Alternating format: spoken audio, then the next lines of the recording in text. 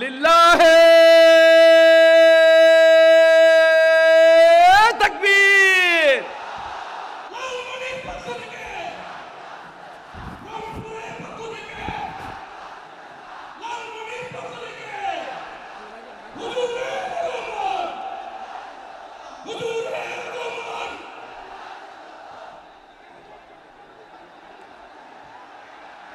আমি একটু দেখতে চাই যে রংপুর বিভাগের কে কোন জেলা থেকে আপনারা এসেছেন।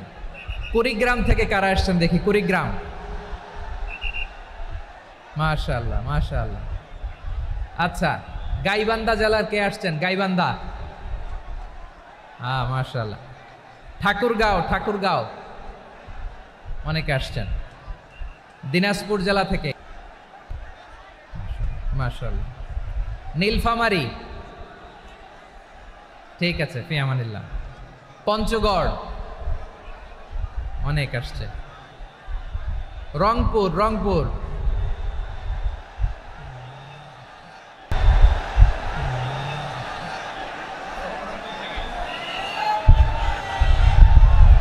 মাশাআল্লাহ মাশাআল্লাহ, ঠিক আছে।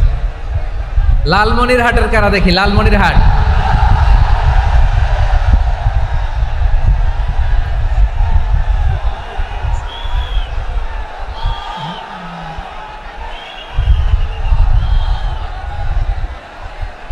মাশাআল্লাহ মাশাআল্লাহ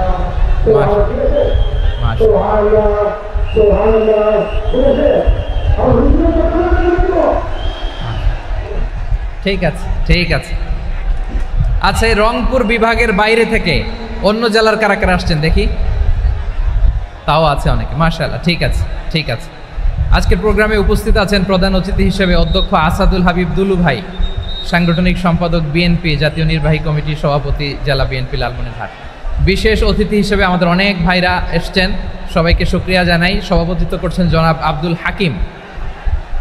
আইন শৃঙ্খলা বাহিনী, প্রশাসন, ভলান্টিয়ার্স, শুনেছি আমি প্রায় ৫,০০০ ভলান্টিয়ার্স আপনারা নিয়োগ দিয়েছেন। আলহামদুলিল্লাহ আলহামদুলিল্লাহ, অনেক গোছালো প্রোগ্রাম। আমার প্রাণ ঢালা ভালোবাসা জানবেন, আমার হৃদয়ের গহীন থেকে ভালোবাসা নেবেন, শুভেচ্ছা জানবেন সবাই। ঠিক আছে ঠিক আছে। প্রিয় ভাইরা, আমরা আর কাল বিলম্ব না করে মূল আলোচনায় চলে যেতে চাই। আজকে যে টপিকের উপর আমি কথা বলবো, টপিকটা হচ্ছে peaceful coexistence and communal harmony, শান্তিপূর্ণ সহাবস্থান এবং সাম্প্রদায়িক সম্প্রীতি। আমাদের বাংলাদেশে সাম্প্রদায়িক সম্প্রীতি আছে না নাই? আবহমান কাল থেকে আমরা মুসলিম, হিন্দু, বৌদ্ধ, খ্রিস্টান, পাহাড়ি, নৃগোষ্ঠী মিলেমিশে একাকার, আমরা সবাই মিলে বাংলাদেশ। আওয়াজ করে বলেন ঠিক কিনা? আমাদের পারস্পরিক সম্প্রীতি, ভালোবাসা, সৌহার্দ্যপূর্ণ আচরণ, বোঝাপড়া, এটা বেশ মজবুত, বেশ মজবুত। তবে মাঝে মাঝে আমাদের এই সম্প্রীতির ভেতরে অনেকে ফাটল ধরাতে চায়। আমরা যে সুখে আছি, শান্তিতে আছি, এটা অনেকের ভালো লাগে না, ঠিক কিনা বলেন? আমাদের মধ্যে সাম্প্রদায়িক সম্প্রীতি, সৌহার্দ্যপূর্ণ আচরণ, ভালোবাসা, এটা আবহমান কাল ধরে আছে।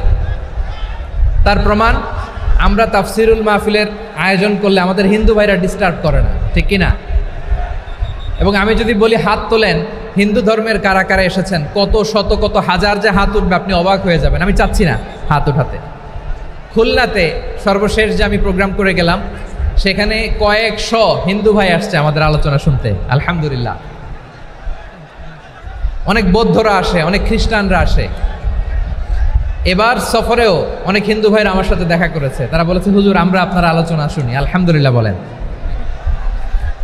So it's our responsibility to present our religion to our non-Muslim brothers and sisters. আমাদের অমুসলিম ভাই বোনদের কাছে ইসলামের সৌন্দর্য তুলে ধরা, এটা আমাদের দায়িত্ব। We all are the ambassador of Islam. আমরা প্রত্যেকে দায়িত্বশীল, আমরা প্রত্যেকে এক একজন ইসলামের অ্যাম্বাসেডর, আলহামদুলিল্লাহ বলেন। এজন্য এমনভাবে দ্য বিউটি অফ ইসলাম, ইসলামের সৌন্দর্য আমাদেরকে ফুটিয়ে তুলতে হবে, যাতে করে নন মুসলিমরা শাহাদা পড়ে, কালিমা পড়ে মুসলমান হয়ে যায়। অনেক নন মুসলিম ভাই বোন আমাদের হাতে শাহাদা পড়ে, কালিমা পড়ে মুসলমান হয়েছে, অনেক। সো আমরা যেন ইসলামের বিউটিটাকে তুলে ধরতে পারি এবং এই যে সম্প্রীতি, এটাকে যেন আমরা অটুট রাখতে পারি। আদতে আদতে বাংলাদেশের ইতিহাস বলে আমাদের দেশে কোনো দাঙ্গা নাই, আছে? লালমনিরহাটের ভাইয়ের আওয়াজ করে বলেন, আমাদের দেশে হিন্দু মুসলিম দাঙ্গা আছে? আমরা ভাই ভাই, আওয়াজ করে বলুন তো, আমরা কি ভাই ভাই? কিন্তু কিছু দুষ্ট লোক আছে, তারা আমাদের সম্পর্কের মধ্যে ফাটল ধরাতে চায়, ঠিক কিনা বলেন? মাঝে মাঝে ঝগড়া লাগাতে চায়। দেখবেন পত্রপত্রিকায় দেখা যায় বিভিন্ন ধর্মীয় উপাসনালয়গুলোতে হামলা চালানো হয়। এগুলো রাজনৈতিক উদ্দেশ্য প্রণোদিত, এগুলোর সাথে ইসলামের কোনো সম্পর্ক নাই। এজন্য এই দুর্বৃত্তদের ব্যাপারে আমাদের সাবধান থাকতে হবে। আমরা সবসময় যেমনি ঐক্যবদ্ধ, ইউনাইটেড, আমরা যদি এরকম ইউনাইটেড থাকি, এই সমস্ত দুর্বৃত্তদের কালো হাত ভেঙে দিতে আমাদের 1 ঘন্টাও লাগবে না। চিল্লায় বলো ঠিক কিনা? আমরা সংঘবদ্ধ থাকবো। এই যে আমাদের পিসফুল কোএক্সিস্টেন্স, শান্তিপূর্ণ সহাবস্থান। হিন্দুরা পূজা করে, যেদিন হিন্দুদের পূজা অনুষ্ঠান, আমরা ওই দিন তাফসির মাহফিল করি না, ঠিক কিনা বলেন? যেদিন আমাদের তাফসিরুল কোরআনের প্রোগ্রাম, ওই দিন আমাদের হিন্দু ভাইরা ডিস্টার্ব করে না, সুবহানাল্লাহ। হিন্দুদের পূজা অনুষ্ঠানে মাদ্রাসার ছাত্র যে পাহারা দেয়, গোটা বিশ্বে এরকম দৃষ্টান্ত নজির বিরল, ঠিক কিনা বলেন? আইন শৃঙ্খলা বাহিনীর পাশাপাশি মাদ্রাসার ছাত্ররা যে সেখানে পাহারা দেয়, গোটা পৃথিবীতে এই দৃষ্টান্ত আপনি পাবেন। মাদ্রাসার ছাত্ররা, তারা তো কোরআনের ধারক, তারা হাদিসের ধারক, তারা কেন মন্দির পাহারা দিবে? এই সম্প্রীতিকে ধরে রাখার জন্য, এই সৌহার্দ্যকে ধরে রাখার জন্য, আমাদের পারস্পরিক ভালোবাসাকে অটুট রাখার জন্য। আওয়াজ করে বলতে হবে ঠিক কিনা? এখন বলেন, আমাদের এই ভালোবাসা অটুট থাক, আমরা চাই কি চাই না? আমরা হিন্দু মুসলিম মিলেমিশে শান্তিপূর্ণ সহাবস্থান, সাম্প্রদায়িক সম্প্রীতি। লালমনিরহাটের ভাইয়ের আওয়াজ করে বলুন, এই সাম্প্রদায়িক সম্প্রীতি আমরা চাই কি চাই না? আল্লাহ এই দেশকে তুমি বরকতময় করো, বাংলাদেশকে তুমি শান্তিময় করো। আওয়াজ করে সবাই বলেন আমিন। এই জায়গাটাতে সামান্য একটু আওয়াজ হচ্ছিল, এটাও থেমে গেছে, আলহামদুলিল্লাহ আলহামদুলিল্লাহ। এখন একেবারে everything is in my control, মাশাআল্লাহ। ঠিক আছে, আমি মূল আলোচনায় যাই। প্রিয় ভাইরা, আমি বলেছিলাম আমার আলোচনার বিষয় হচ্ছে শান্তিপূর্ণ সহাবস্থান, সাম্প্রদায়িক সম্প্রীতি। আমরা দেখব ইসলাম আমাদেরকে কি কি দিক নির্দেশনা দেয়। শান্ত হইতে হবে। খরগোশের কানের মতো কান দুটো আমার দিকে করে রাখেন। আমি এখনো উঠে যাব, হাত নাড়ায় লাভ নেই, আমি উঠে যাব। তাকায় থাকো আর কান খাড়া, আওয়াজ হবে না। হ্যাঁ, মাশাআল্লাহ, মাশাআল্লাহ, ঠিক আছে। আমরা দেখব যে রাসূল সাল্লাল্লাহু আলাইহি ওয়াসাল্লাম এই পিসফুল কোএক্সিস্টেন্সের জন্য আমাদের কি শিখিয়েছেন, কি কি গাইডলাইন দিয়েছেন। আমরা 1, 2, 3, 4 করে এগুলো আপনাদের সাথে শেয়ার করব। আমি আপনাদের খেদমতে সূরাতুল আনআমের 108 নম্বর আয়াত তেলাওয়াত করেছি। এখানে আল্লাহ রাব্বুল ইজ্জা ওয়াল জালাল তিনি ইরশাদ করছেন, ওয়ালা তাসুব্বুল্লাযীনা ইয়াদউনা মিন দুনিল্লাহি ফায়াসুব্বুল্লাহা আদওয়াম বিগাইরি ইলম কাযালিকা যায়্যান্না লিকুল্লি উম্মাতিন আমালাহুম সুম্মা ইলা রাব্বিহিম মারজিউহুম ফায়ুনাব্বিউহুম বিমা কানু ইয়ামালুন। রব্বুল আলামিন বলেন, গোলাম ও আমার ইমানদার বান্দারা শোনো শোনো, ও আমার বিশ্বাসী বান্দারা শোনো শোনো, লা তাসুব্বুল্লাযীনা ইয়াদউনা মিন দুনিল্লাহ ফায়াসুব্বুল্লাহা আদওয়াম বিগাইরি ইলম।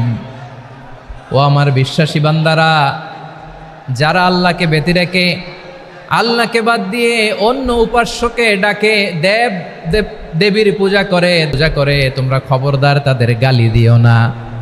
আওয়াজ করে বলেন, কি দিও না?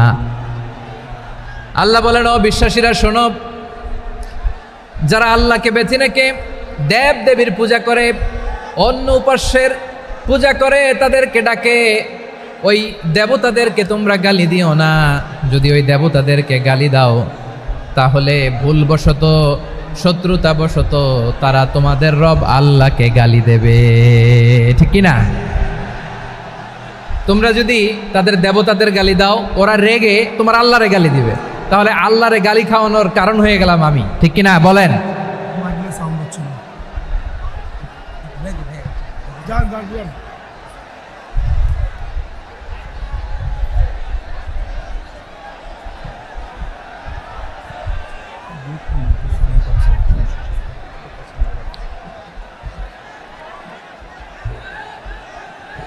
সম্মানিত ভাইয়েরা, এত বিশাল প্রোগ্রাম, মাইকের একটা সেটআপ থাকে, তারগুলো অনেক সময় নড়ে যায়, ধাক্কা ধাক্কিতে ডিসপ্লেস হয়, একটু ঝামেলা হবে।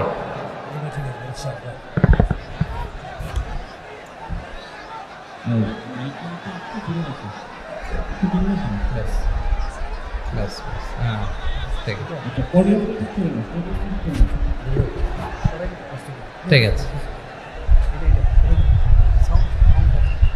একটু সমস্যা হবে মাঝে মাঝে। আপনারা শান্ত থাকলে, শান্ত থাকতে হবে। এইভাবে সাউন্ড নাই, এই নাই, এই বলতে বলতে আমার সময়ও নাই, উঠে যেতে হবে। এগুলো বোকামি। এই বিভাগীয় প্রোগ্রামগুলোতে যাই, চিৎকার চেঁচামেচি করে তোমরা আসো, সময় শেষ, আমাকে উঠে যেতে হয়। আমরা তো বঞ্চিত হলাম। গুরুত্বপূর্ণ অনেক কথা শোনাবো তোমাদের, অনেক। প্রিয় ভাইরা, আপনারা শান্ত হয়ে বসুন, শান্ত হয়ে।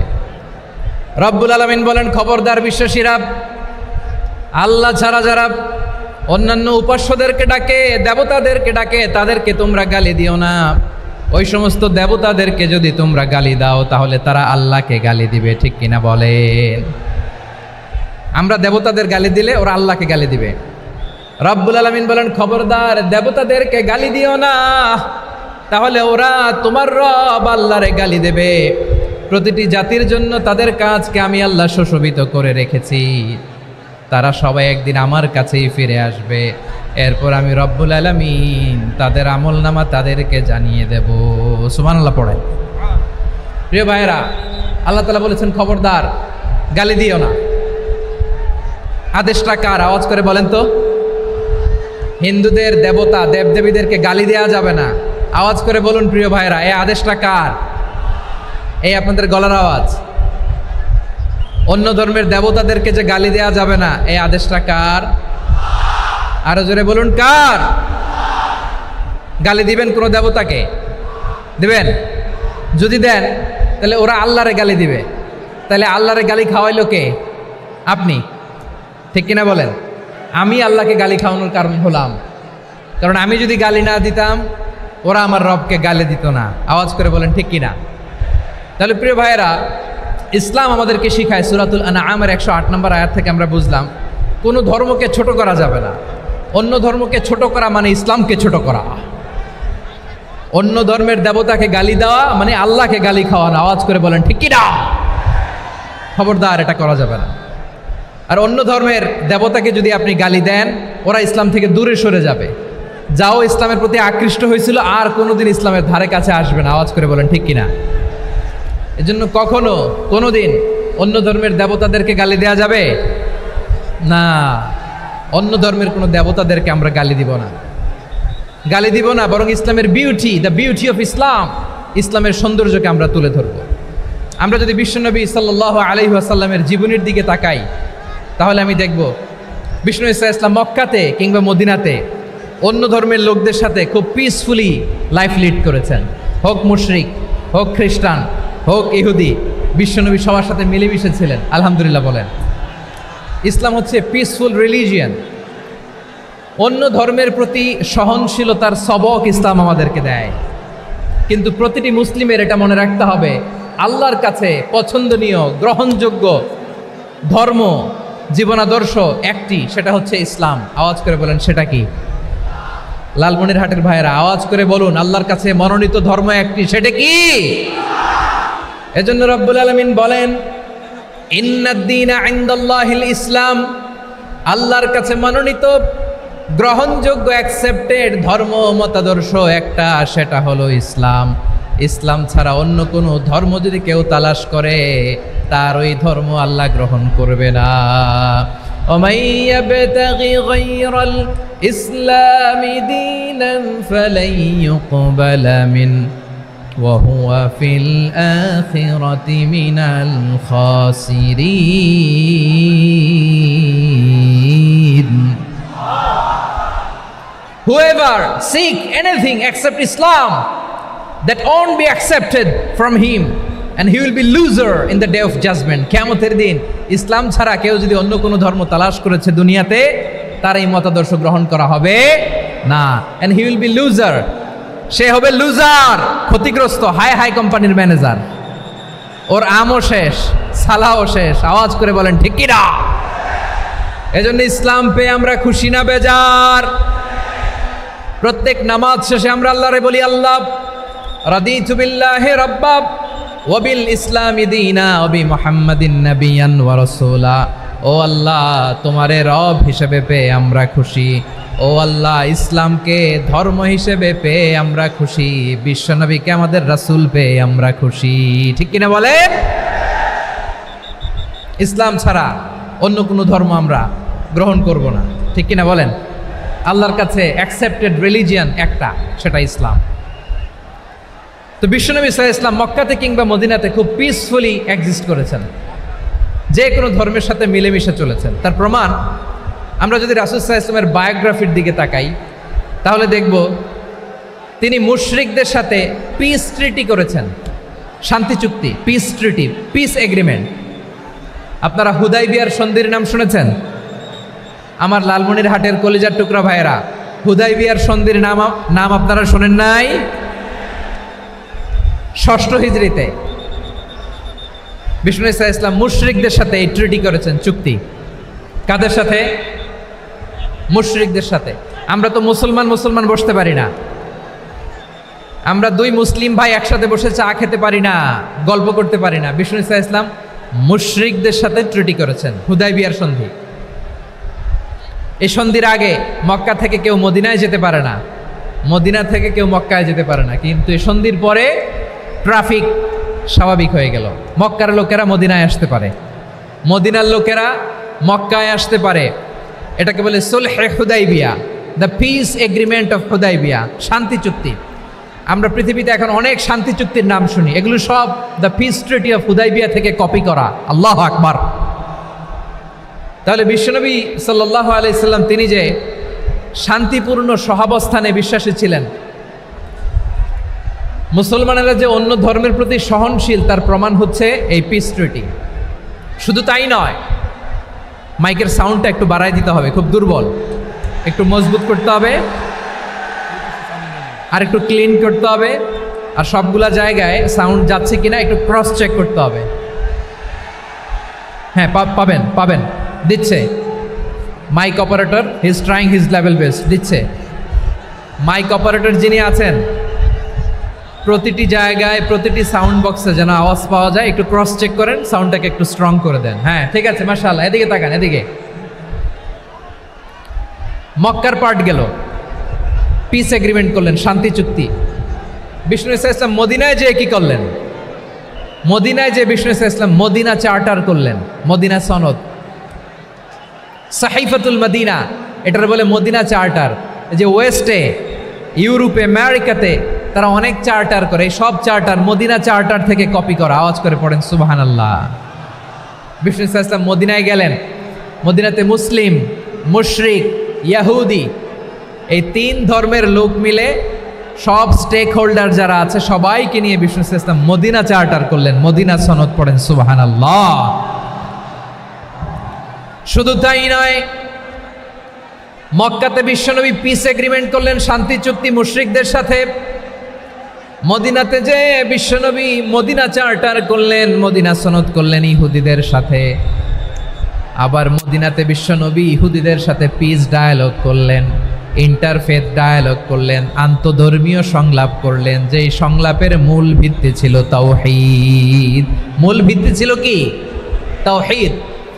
বিশ্বনবী ইহুদিদেরকে ডাকলেন, আহ্বান করলেন, কুল ইয়া আহলাল কিতাবি তাআলাউ ইলা কালিমাতিন সাওয়াইন বাইনানা ওয়া বাইনাকুম আল্লা না'বুদা ইল্লাল্লাহ ওয়া লা নুশরিকা বিহি শাইআন ওয়া লা ইয়াত্তাখিযা বা'দুনা বা'দান আরবাবাম মিন দুনিল্লাহ فإن تولوا فقولوا اشهدوا بأننا مسلمون। সুবহানাল্লাহ পড়েন।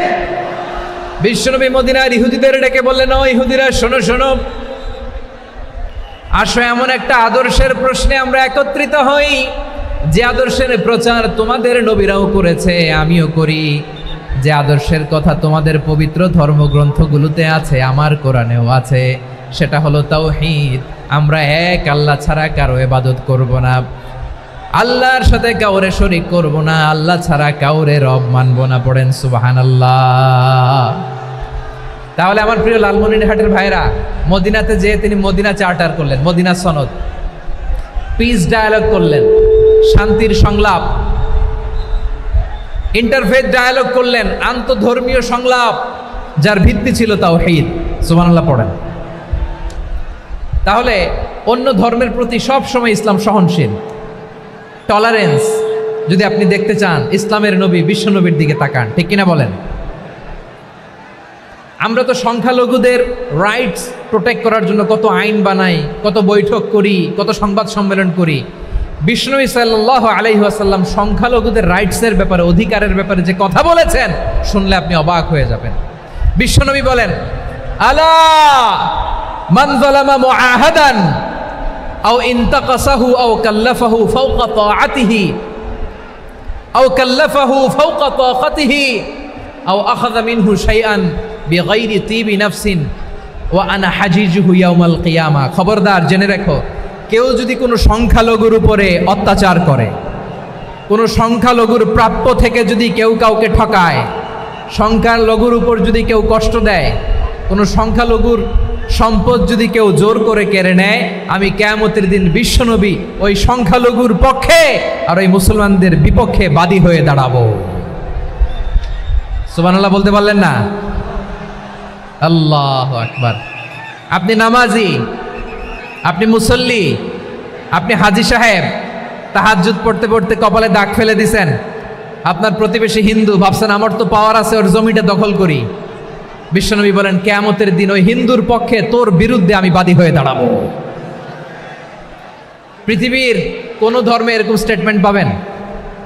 পাবেন? আপনি ভাবছেন আপনি নামাজ পড়লে হাজী সাহেব কপালে দাগ ফেলায় দিলে আপনি সেলসালায় জান্নাতে চলে যাবেন না?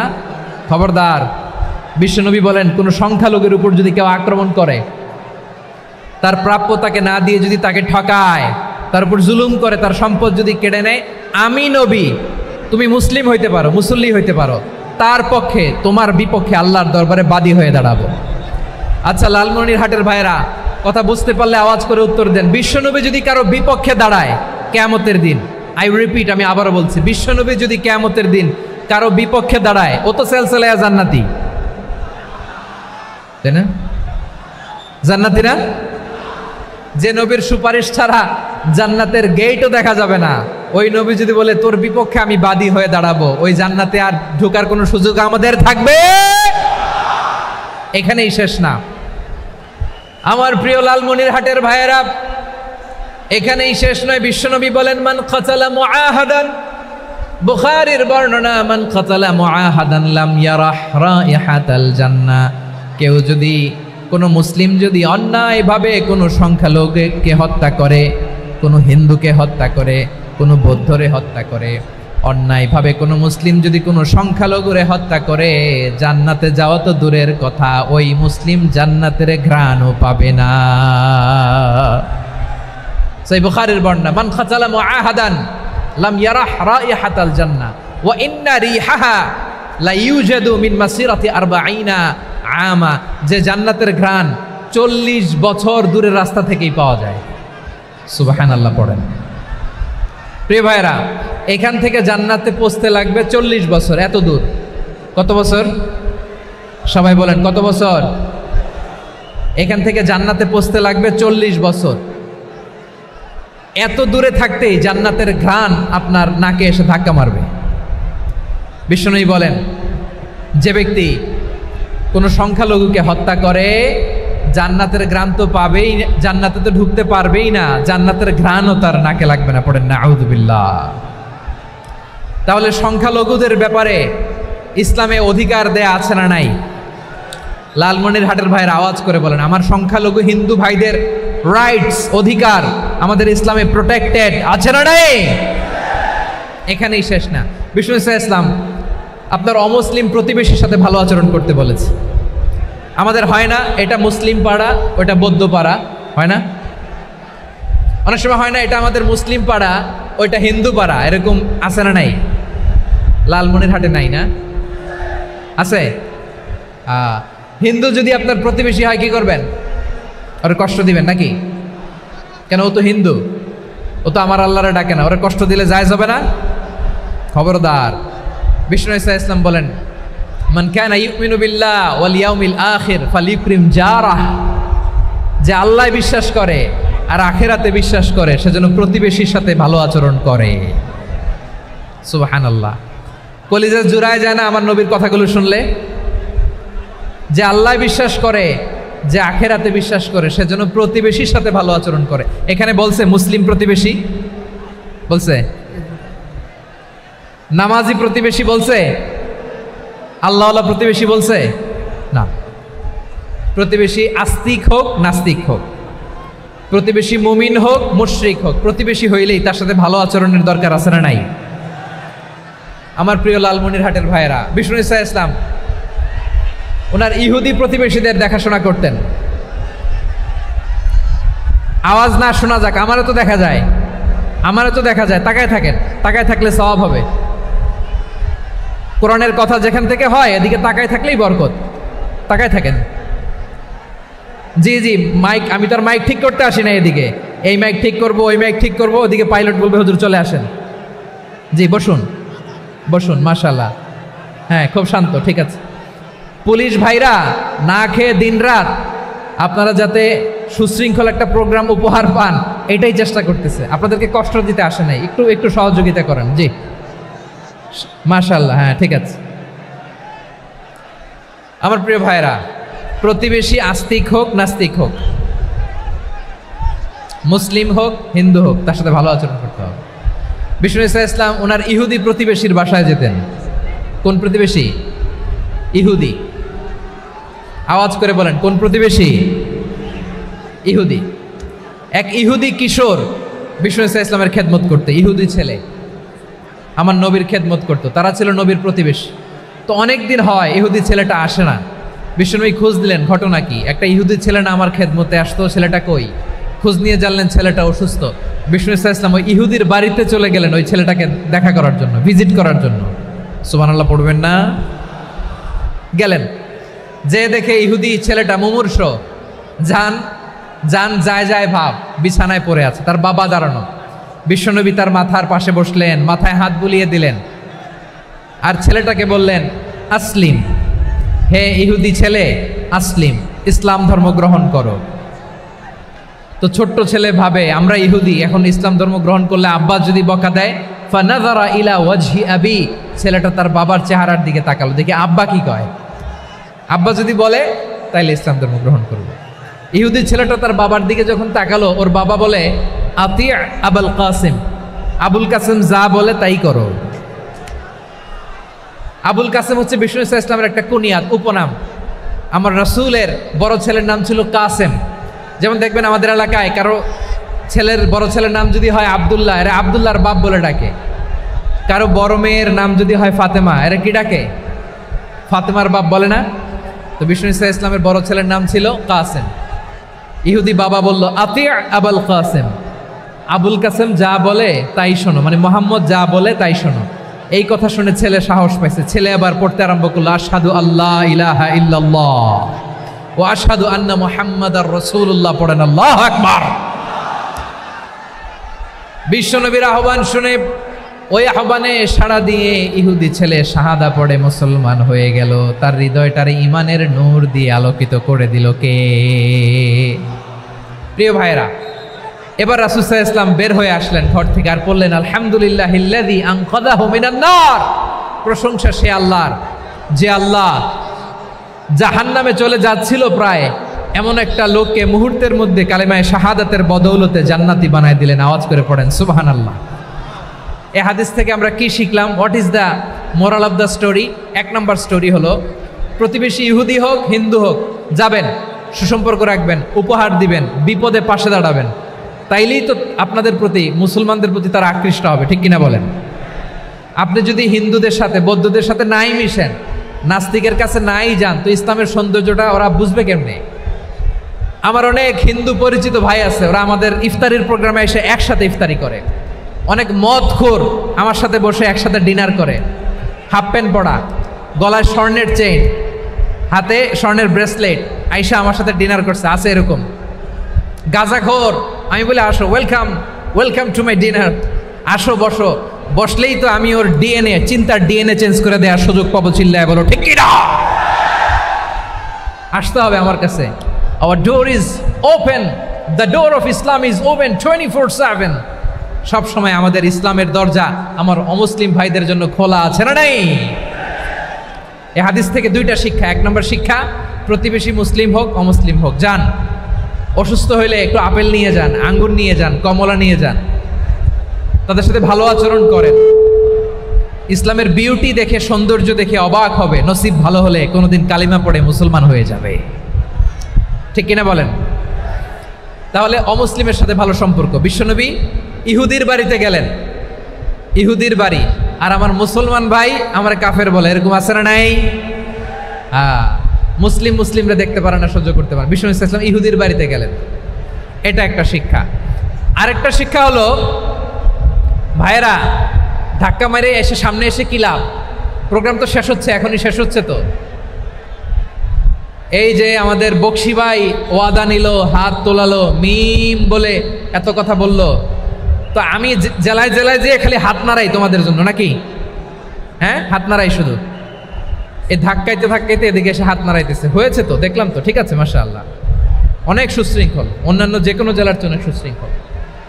আমার দিকে তাকাও, আমার দিকে তাকাও, ঠিক আছে। এই যে দাঁড়িয়ে আছে, একটা ছেলে নড়ে না, দেখছেন? মাশাআল্লাহ মাশাআল্লাহ মাশাআল্লাহ। হ্যাঁ, এইভাবেই। আর কয়েকটা মজাদার কথা আছে, শোনো। এই হাদিস থেকে আমাদের শিক্ষা হলো, আমার প্রতিবেশী যেই ধর্মের হোক আমি সম্পর্ক রাখবো। অসুস্থ হলে যাব, কি বলেন ভাইরা? যাবেন না? যাবেন না আপনারা? আচ্ছা, 2 নম্বর শিক্ষা হলো, বিষ্ণু ইসলামের খাদেম ছিল ইহুদি, এতদিন খেদমত করলো, একদিনও বিশ্বনবী ওরা কালিমার দাওয়াত দেয় নাই। কারণ কি? বিশ্বনবী একটা ভালো সময়ের অপেক্ষা করতেছিলেন, প্রপার টাইমিং, দাঈর কাজ হচ্ছে দাঈ ইলাল্লাহ, সে হচ্ছে সুযোগ সন্ধানী। দাঈ সুযোগ খোঁজে, কখন দাওয়া দিলে ব্যাটে বলে হবে, ঝোপ বুঝে কোপ মারে, ঠিক কিনা বলেন? বিষ্ণু ইসলাম ভালো সময়ের অপেক্ষা করতেছিলেন, দেখি ভালো সময় আসুক আসুক আসুক আসুক। আস্তে আস্তে এমন সময় আসছে, ছেলে এবার মুমূর্ষ। অসুস্থ ব্যক্তির হৃদয় অত্যন্ত নরম থাকে। হসপিটালে যখন কেউ যায় তার হৃদয়টা বড্ড নরম থাকে, মৃত্যুর ভয়ে তার অন্তরটা নরম থাকে, ঠিক কিনা বলেন? এই প্রপার টাইমিং এর অপেক্ষা করতেছিলেন। যখনই টাইমিং পেয়েছেন দাওয়াত দিলেন, পড়ো লা ইলাহা ইল্লাল্লাহ, সুবহানাল্লাহ পড়েন সবাই। তাহলে ইসলাম অমুসলিম প্রতিবেশীর সাথে ভালো আচরণ করতে বলে। ইসলাম অমুসলিম মাতা পিতার সাথেও ভালো আচরণ করতে বলে। মাতা পিতা যদি অমুসলিম হয় তারা ফেলে দিতে পারবেন? পারবেন? আমার লালমনিরহাটের ভাইয়েরা, অনেক হিন্দু ছেলে আমাদের হাতে শাহাদা পড়ে মুসলিম হয়, কিন্তু ওর মা মুসলমান হয় নাই, বাবাও হয় নাই, এরকম আছে না নাই? তো ও হয়েছে মুসলিম, মা বাপ হিন্দু, এখন মা বাপ কি বাদ? হ্যাঁ, মা বাপ বাদ দেয়া যাবে? যেই মা আপনারে 9 মাস 8 মাস পেটে ধারণ করলো, আপনার মায়ের নার ছেঁড়া ধন, আপনি ওই মারে বাদ দিতে পারবেন? যে মায়ের বুকের তাজা দুধ খেয়ে আপনি আজকে বাড়ন্ত তাজা তরতাজা, ওই মারে বাদ দেয়া যাবে?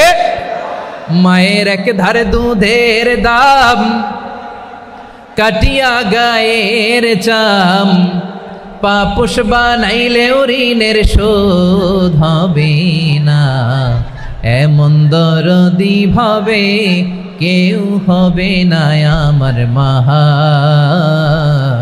গো।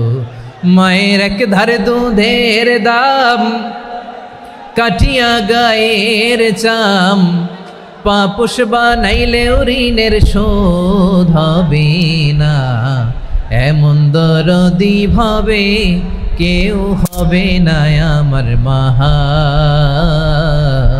গো, ঠিক কিনা? মাকে তো বাদ দেয়া যায় না। وَقَضَى رَبُّكَ أَلَّا تَعْبُدُوا إِلَّا إِيَّاهُ وَبِالْوَالِدَيْنِ إِحْسَانًا। আল্লাহ বলে অবধারিত 2টা ভার্ডিক্ট তোমাদের জন্য, এক আল্লাহর ইবাদত করবা আর মা বাবার প্রতি ইহসান করবা। আদেশটা কার? মা বাবার প্রতি ইহসান করতে হবে। আমার মা হিন্দু হোক ভালো আচরণ করতে হবে, বৌদ্ধ হোক ভালো আচরণ করতে হবে। আমার যে সমস্ত হিন্দু ভাইয়েরা মুসলিম হয়েছ, তোমাদের মা বাবা এখনো মুসলমান হয় নাই, তাদের সাথে ভালো আচরণ করতে হবে। আপনাদের খেদমত নিজে করতে হবে অথবা খেদমতের ব্যবস্থা করাই দিতে হবে। মান্থলি যে খরচ লাগে এটা দিতে হবে। আরে তুমি এখন মুসলিম, তোমার মা বাবা হিন্দু, এখনই তো সুযোগ ইসলামের সৌন্দর্য দেখানো। এখন মা বাবা যদি দেখে আরে এটা হিন্দু থাকতে তো বদমাইশ ছিল, বেয়াদব ছিল, কি এমন ধর্ম সে গ্রহণ করলো যেটা গ্রহণের সাথে সাথে সে পাল্টে গেল? কি এমন ধর্ম সে গ্রহণ করেছে যেটা তার জীবনকে আলোকিত করে দিয়েছে? নসিব ভালো হইলে তারাও কালিমা পড়ে মুসলমান হয়ে যাবে। বিষ্ণু ইসলামের স্ত্রীর নাম ছিল আয়েশা রাদিয়াল্লাহু তাআলা আনহা, আবু বকর রাদিয়াল্লাহু তাআলা আনহুর মেয়ে। আবু বকর রাদিয়াল্লাহু তাআলা আনহুর আরেক মেয়ের নাম হচ্ছে আসমা। কি নাম? দুজনই আবু বকর রাদিয়াল্লাহু তাআলা আনহুর মেয়ে, আসমা আর আয়েশা। নাম দুটা কেমন লাগে? আসমা নামটা কেমন লাগে? আয়েশা নামটা কেমন লাগে? সবার ভালো লাগে নাই? নাম দুটো আপনাদের ভালো লাগে? লালমনিরহাটে অনাগত যদি কন্যা সন্তান হয়, যদি মনে চায় আসমা রেখে দিতে পারবেন, যদি মনে চায় আয়েশা রেখে দিয়েন। দেশে বিদেশে এয়ারপোর্টে রাস্তাঘাটে শুধু বলে হুজুর একটা নাম দেন, আমার ছেলের একটা নাম দেন, মেয়ের একটা নাম দেন। তো আমার মনে আছে যশোরের 8 দিনের মাহফিলে আমি 1-2টা নাম দিয়েছিলাম। আজকে লালমনিরহাটের এই প্রোগ্রামে কন্যা সন্তান যদি হয় 2টা নাম দিলাম, আসমা কিংবা আয়েশা। ইনশাআল্লাহ পড়েন। দুজন বোন, এক মায়ের নাম, বাবা এক মা দুইজন। আয়েশা রাদিয়াল্লাহু তাআলা আনহার মায়ের নাম উম্মে রুমান, আর আসমা রাদিয়াল্লাহু তাআলা আনহার মায়ের নাম কুতাইলা বিনতে আব্দুল উজ্জা। আবু বকর রাদিয়াল্লাহু তাআলা আনহু 4টা বিয়ে করেছিলেন। তো একই ঘটনা ঘটেছে এই ফ্যামিলিতে। আসমা ইসলাম ধর্ম গ্রহণ করে মুসলিমা, কিন্তু তার মা কুতাইলা মুশরিকা। আই রিপিট, বোঝার জন্য আমি আবারও বলি, আসমা রাদিয়াল্লাহু তাআলা আনহা মুসলিমা, আর আসমার মা কুতাইলা আওয়াজ করে বুঝে থাকলে বলেন, আসমার মা মুশরিকা। তার মানে মেয়ে মুসলিম, মা অমুসলিম, ভেজাল আছে না নাই? কিন্তু কুতাইলা আর ধৈর্য ধারণ করতে পারে না। নার ছেড়া ধন, কলিজার টুকরা ধন, কলিজার টুকরা সন্তান আসমারে দেখতে বড্ড মন চায়। সাইয়েদনা আসমা রাদিয়াল্লাহু তাআলা আনহা মক্কা থেকে হিজরত করে মদিনায় চলে গেলেন হুদাইবিয়ার পর। যখন মক্কা মদিনার ট্রাফিক স্বাভাবিক হলো, মক্কার লোক মদিনায় যায়, মদিনার লোক মক্কায় আসে। কুচাইলা কলিজার টুকরা সন্তান আসমারে দেখার জন্য কিছু উপহার নিয়ে বিশাল মরুপথ পাড়ি দিয়ে মক্কা থেকে মদিনায় যায়। সুবহানাল্লাহ বলেন। এখন মা আসছে মেয়ের সাথে দেখা করতে, মেয়ে তো আর দেখা দেয় না। মেয়ে ভাবছে আমার মা তো মুশরিকা, অপবিত্রা, তার সাথে কি দেখা দেয়া যাবে? বিশ্বনবীর দরবারে চলে গেলেন। সুবহানাল্লাহ বলেন। কি সৌভাগ্যবান ছিল তারা, মাসলা জানার দরকার হলেই নবীর দরবারে চলে যেত। ঘরে বউয়ের সাথে ঝগড়া হলে নবীর দরবারে চলে যেত। অনেক সাহাবী বলে আমার পেটে ক্ষুধা লাগলো আমি নবীর কাছে চলে যেতাম, কারণ নবীর চেহারার দিকে তাকালেই আমার পেটের ক্ষুধা মিটে যেত। সাইয়েদনা আসমা রাদিয়াল্লাহু তাআলা আনহা বিশ্বনবীর কাছে চলে গেলেন, যে বললেন ইয়া রাসূলুল্লাহ ইয়া হাবিবাল্লাহ ইন্না উম্মি কাদিমাতুন ইলাইয়া ওয়া হিয়া রাগিবা। আমার মা মক্কা থেকে অনেক দূর মরুর পথ পাড়ি দিয়ে উপহার সামগ্রী নিয়ে মদিনায় আমার সাথে দেখা করতে এসেছে গো নবী। আমার জানতে বড্ড ইচ্ছে হয় আমি আমার মুশরিকা মাখা করতে পারবো কিনা। আফা আসিলুহা, আগে যেমনি আমি আমার মায়ের সাথে ভালো আচরণ করতাম, যেমনি আমি আমার মায়ের সাথে সদাচরণ করতাম গো নবী, এখন আমি মুসলিমা, মা মুশরিকা, এখনো কি আগের মতো সদাচরণ করতে পারবো নাকি? বিশ্বনবী বললেন নাম সিলিহা, হ্যাঁ রে আসমা, অবশ্যই অবশ্যই, আগে ঠিক যেমন তুমি তোমার মায়ের সাথে ভালো আচরণ করতে, এখনো তেমনি আগের মতো ভালো আচরণ করবা। আওয়াজ করে পড়েন সুবহানাল্লাহ। কি ইসলাম আমরা পেয়েছি! কত ব্রড মাইন্ডেড আমাদের ইসলাম, কত ওপেন মাইন্ডেড ইসলাম, কত ওপেন আপ করতে পারে, চিন্তা করতে পারেন। বিষ্ণু বললেন হ্যাঁ অবশ্যই, নাম সুলিহা, আগে যেমনি ভালো আচরণ করছো আসমা, এখন ওই রকমই করো, পারলে আরো বাড়ায় করো। সুবহানাল্লাহ বলেন। তাহলে আমার যে হিন্দু ভাইয়েরা, হিন্দু বোনেরা, ইমানের বদৌলতে দৌলতে আপনি ধন্য হয়েছেন, আপনার আম্মা আব্বা এখনো মুসলমান হয় নাই, তাদের জন্য দোয়া করেন, তাদের জন্য দোয়া করেন, আল্লাহ যেন তাদেরকেও ইমানের দৌলত দান করে। আমরা সবাই পড়ি আমিন, আরো জোরে পড়েন আমিন। এখন বলেন ইসলাম কি ন্যারো মাইন্ডেড রিলিজিয়ান না ব্রড মাইন্ডেড? লালমনিরহাটের যুবক ভাইরা আওয়াজ করো, ইসলাম কি ন্যারো মাইন্ডেড না ব্রড মাইন্ডেড? কতটা ব্রড মাইন্ডেড দেখেন। বিশ্বনবী সাল্লাল্লাহু আলাইহি সাল্লাম অমুসলিমরা যদি নবীকে উপহার দিত, ওই উপহারও বিশ্বনবী গ্রহণ করতেন। সুবহানাল্লাহ পড়েন। আপনার অমুসলিম বন্ধু যদি উপহার দেয় সেটাও আপনি নিতে পারবেন, যেটা নেওয়া জায়েজ। কিন্তু আপনার বন্ধু যদি আপনার মদের বোতল দেয়, নিতে পারবেন? হ্যাঁ, মদের বোতল দিলে পারবেন না। আপনার বন্ধু যদি আপনার পর্ক দেয়, পর্ক, শুকরের গোশত মিশ্রিত কোনো খাবার, ওটা নিতে পারবেন না। হালাল যে কোনো জিনিস নিতে পারবেন। বিশ্বনবী সাল্লাল্লাহু আলাইহি ওয়াসাল্লাম অমুসলিমদের দেয়া হাদিয়া গ্রহণ করতেন। কেমন নবী ছিলেন! আমার নবীরে চিনে নেন, আমার নবীর অ্যাটিটিউড জেনে নেন। বিশ্বনবী সাল্লাল্লাহু আলাইহি ওয়াসাল্লাম যখন কোনো জনপদে যেতেন, 3টা অপশন নিয়ে যেতেন। প্রিয় ভাইয়ের আওয়াজ করে বলতে হবে, কোনো জনপদে গেলে আমার নবীর অপশন থাকতো কয়টা? আমার মতো 3 আঙ্গুল উঁচু করে দেখান আর বলুন, আমার নবী কোনো জনপদে গেলে কয়টা অপশন নিয়ে যেতেন? 1 নম্বর অপশন আসলিম তাসলাম। নতুন এলাকায় গেলে বলতেন আসলিম তাসলাম, ইসলাম ধর্ম গ্রহণ করো, শান্তিতে থাকবা, আমার ভাই হয়ে যাবো, আমরা ভাই ভাই, ইসলাম মানো, আমরা ভাই ভাই। অপশন নাম্বার কত? 1। যদি বলে না ইসলাম মানবো না, ওকে, অপশন নাম্বার 2, মুসলিম হওয়ার দরকার নাই, লা ইকরাহা ফিদ্দিন, ইসলামে কোনো বাড়াবাড়ি নাই। খ্রিস্টান আছো থাকো, বৌদ্ধ আছো থাকো, ইহুদি থাকতে চাও থাকো, কিন্তু আমরা যেহেতু রিজিওনাল সুপার পাওয়ার, আমাদের আন্ডারে থাকো, ট্যাক্স দিয়া থাকো, এটার বলে জিজিয়া। আলেম যারা আছেন বুঝবেন, এটার আরবিতে কি বলে? জিজিয়া। You pay us the tax, we will give you the security. তোমরা ট্যাক্স দিবা, আমরা সিকিউরিটি দিব। আমাদের আওতায় থাকবা, কেউ তোমাদেরকে আক্রমণ করতে পারবে না, আমরা নিরাপত্তা দিব। সুবহানাল্লাহ বলেন। এটা অপশন নাম্বার কত? আচ্ছা বুঝে থাকলে বলেন, 1 নাম্বার অপশন কি ছিল? ইসলাম। ইসলাম মানেও শান্তিতে থাকবা, ভাই ভাই, আমরা ভাই ভাই। অপশন নাম্বার 2, ট্যাক্স দাও, আমরা নিরাপত্তা দিব, মুসলিম হওয়া লাগবে না।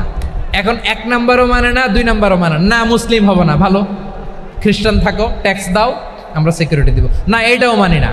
বিষ্ণু বলেন তাহলে তলোয়ার আমাদের আর তোমাদের মাঝে ফয়সালা করবে। মুসলিমও হব না, ট্যাক্স দিবা, নিরাপত্তা দিব, আমরা সুপার পাওয়ার, আমাদের আন্ডারে থাকবে, এটাও না। তাহলে তোমাদেরকে তো আমরা বিশ্বাস করতে পারি না, কখন না কখন বিশ্বাসঘাতকতা করো, কার সাথে মিলে হাত মিলাও, তলোয়ার আমাদের মাঝে ফয়সালা করবে। তখন তিনি জেহাদের সশস্ত্র সংগ্রামের ঘোষণা দিতেন। সুবহানাল্লাহ পড়েন। দেখেন পশ্চিমারা জেহাদকে এইভাবে চিত্রায়িত করে না, ওরা জেহাদ বলতে বোঝায় তলোয়ার, হাত কাটো, গলা কাটো না। জেহাদ সশস্ত্র সংগ্রাম 3 নম্বরে। অধিকাংশ ক্ষেত্রেই বিশ্বনবীর সুন্দর আচরণ দেখে, আরে আমার নবীর যে নুরানি চেহারা, অনেকে তো কেবল সিরেফ চেহারাটা দেখেই কালিমা পড়ে মুসলমান হয়ে গিয়েছে। যারা মুসলিম হয় নাই তারা তাদের ইসলামেই বলবৎ ছিল, ট্যাক্স দিয়ে ইসলামের আন্ডারে ছিল। যারা এটাও মানে নাই ওইটাও মানে নাই, তাদের বিরুদ্ধে জেহাদ। বিষ্ণু ইসলাম 7ম হিজরিতে যখন খায়বার বিজয়ের পরে ইসলাম রিজিওনাল সুপার পাওয়ার হিসেবে আত্মপ্রকাশ করলো, বিশ্বনবী চিঠি লিখলেন অন্যান্য সুপার পাওয়ারের কাছে, রাষ্ট্রীয় চিঠি লেখে এক রাষ্ট্রপ্রধান আরেক রাষ্ট্রপ্রধানের কাছে, ঠিক কিনা বলেন? জানেন না আপনারা? এই যে 24-এর ছাত্র নাগরিক অভ্যুত্থানে, এই অভ্যুত্থান যখন শুরু হয়, আমি তখন সাউথ আফ্রিকাতে, একটা স্ট্যাটাস দিয়েছিলাম, কোটা নয় গোটা দেশ সংস্কার করা লাগবে। শুধু বাংলাদেশ নয়, সারা বিশ্বের বাংলা ভাষাভাষী লোকেরা এই আন্দোলনের সাথে সমর্থন তারা করেছে, এটাকে সাপোর্ট করেছে, তারা সমর্থন দিয়েছে। আমাদের ইউনাইটেড আরব আমিরাতের বাংলাদেশি ভাইয়েরা তারা সেখানে রাস্তায় নেমে এসেছিল, জানেন? ওইখানে ডেমনস্ট্রেশন করা যায় না, সেখানকার সরকার তাদেরকে যাবজ্জীবন দিয়েছিল। তখন আমাদের এই যে প্রধান উপদেষ্টা ডক্টর মোহাম্মদ ইউনূস সরাসরি G2G বলে, এটারে G2G, government to government, G2G, উনি চিঠি লিখলেন যে তাদেরকে, ইউর হাইনেস, হে সম্মানিত আমির, আপনি আমার এই চিঠির কারণে আমার সম্মানে এই 53 জন বাংলাদেশিকে মাফ করে দেন। এই চিঠির বদৌলতে বেকসুর খালাস পেয়ে গিয়েছিল আমাদের ভাইরা, জানেন না এই ঘটনা আপনারা? তাহলে গভর্নমেন্ট টু গভর্নমেন্ট চিঠি দেওয়া হয়। 7ম হিজরিতে বিষ্ণু ইসলাম সব সুপার পাওয়ারের কাছে চিঠি দিলেন, রোমান সম্রাটের কাছে, পারস্য অধিপতির কাছে, মিশরের অধিপতির কাছে, সবার কাছে চিঠি লিখলেন।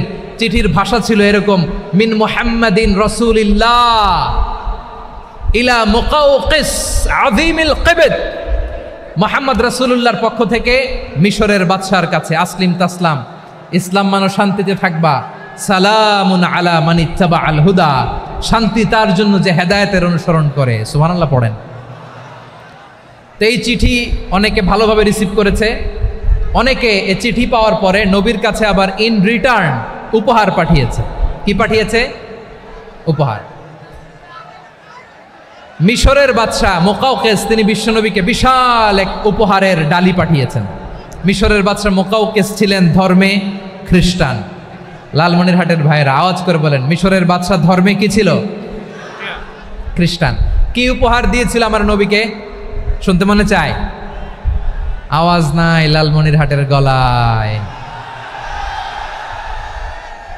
শুনতে মনে যায়? 1000 স্বর্ণমুদ্রা, 1000 স্বর্ণমুদ্রা। 2টা খ্রিস্টান দাসী, একজনের নাম মারিয়া বিনতে শামউন আল কিবতিয়া, আরেকজনের নাম সিরিন বিনতে শামউন আল কিবতিয়া। একজন খ্রিস্টান দাস 20 থান কাপড় জামা বানানোর জন্য, আমরা নবী যেন সেলাই করে জামা বানাতে পারে এজন্য 20 থান কাপড়, 20 থান ফাইন গার্মেন্ট। সুবহানাল্লাহ পড়বেন না? এরপরে একটা গাধা যেটার নাম ছিল উফাইর, আর একটা খচ্চর, এটার নাম ছিল দুলদুল। খচ্চর চিনেন? গাধা আর ঘোড়ার ক্রসিংয়ে যে প্রাণীটা দুনিয়াতে আসে ওটার খচ্চর বলে। তো এই যে সুপার পাওয়ার খ্রিস্টান বাদশার কাছে নবী চিঠি লিখলেন, ওই খ্রিস্টান বাদশাহ আমার নবীকে উপহার দিল। বিশ্বনবী এই উপহারগুলো সানন্দে গ্রহণ করেছে। সুবহানাল্লাহ পড়বেন না? তাহলে অমুসলিম কেউ যদি আপনাকে উপহার দেয়, হালাল উপহার হলে আপনি গ্রহণ করতে পারবেন। অনুরূপভাবে পারস্যের বাদশাহ, রোম সম্রাট বিশ্বনবীকে উপহার পাঠিয়েছেন। আমার নবী সবগুলো উপহার, গিফট গ্রহণ করেছেন। সুবহানাল্লাহ বলেন। তাহলে প্রিয় লালমনিরহাট, আওয়াজ করে বলুন, ইসলাম কি ন্যারো মাইন্ডেড রিলিজিয়ন না ব্রড মাইন্ডেড? আম্মাজান আয়েশার কাছে মাসালা জানতে চায় মেয়েরা, হে আম্মাজান, অগ্নি উপাসকেরা তাদের ঈদের দিন নওরোজের সময় আমাদেরকে পাখি দেয়, নেওয়া যাবে? উনি বললেন, ওরা জবাই করে দিলে নেওয়া যাবে না, কিন্তু ওরা যদি ফলমূল এরকম খাবার দেয় এগুলো নেওয়া যাবে। তার মানে অমুসলিমদের দেয়া উপহার এটা গ্রহণ করা যায়। সুবহানাল্লাহ বলেন। শুধু তাই নয়, বিষ্ণু ঈসা ইসলাম অমুসলিমদের সাথে আর্থিক লেনদেনও করেছেন, ফিনান্সিয়াল ডিলিং করেছেন। অমুসলিমদের সাথে প্রয়োজনে আপনি ফিনান্সিয়াল ডিলিং করতে পারবেন। আমরা প্রায় দেখি বাজারের মিষ্টির দোকানগুলো আমার হিন্দু ভাইদের। লালমনিরহাটে মিষ্টির দোকান, দইয়ের দোকান কারা চালায়? হিন্দুরা চালায় না? তারপরে যে বারবার শপ, চুল কাটে যে নাপিত, অধিকাংশ নাপিতের দোকানে কারা? আমার হিন্দু ভাইরা। তা আপনি চুল কাটতে পারবেন কিনা? পারবেন কিনা বলেন? পারবেন। তার দোকান থেকে দই মিষ্টি কিনতে পারবেন কিনা? হ্যাঁ, আমার মুসলিম ভাইয়ের দোকান থাকলে ওইটারে আমি বেশি প্রায়োরিটি দিব, ঠিক কিনা? কিন্তু যদি তাদের সার্ভিস নিতে চান, প্রোডাক্ট নিতে চান, পারবেন। তার দলিল সহিহ বুখারী, আম্মা জান আয়েশা রাদিয়াল্লাহু তাআলা আনহা বলেন, ইশতারা রাসূলুল্লাহ সাল্লাল্লাহু আলাইহি ওয়াসাল্লাম মিন ইয়াহুদিয়িন তুআমান ওয়া রাহানাহু দিরআহু মিন হাদিদ। রাসূল সাল্লাল্লাহু আলাইহি ওয়াসাল্লাম এক ইহুদির কাছ থেকে, কার কাছ থেকে? সবাই বলে নাই, কার কাছ থেকে? আমার নবী, পেয়ারা নবী এক ইহুদির কাছ থেকে জব কিনেছিল, জব, বার্লি, যেটা দিয়ে রুটি বানায়। ওই জবের দাম দেওয়ার টাকা পয়সা নবীর কাছে ছিল না, ফলে নবী ওনার একটা পোশাককে মর্গেজ রেখেছিলেন, মর্গেজ, বন্ধক, যে এখন এটার দাম দিতে পারবো না, কয়েক কেজি বার্লি নিয়ে যাই আর বন্ধক হিসেবে আমার জামাটা রেখে গেলাম, যেই দিন দাম দিব ওই দিন জামাটা ছুটায় নিয়ে যাব। সুবহানাল্লাহ পড়বেন না? বাকিতে নিছিলেন, বাকিতে। দিরআহু মিন হাদিদ, লোহার তৈরি বর্ম, মানে যুদ্ধের পোশাক, লোহা দিয়ে বানানো।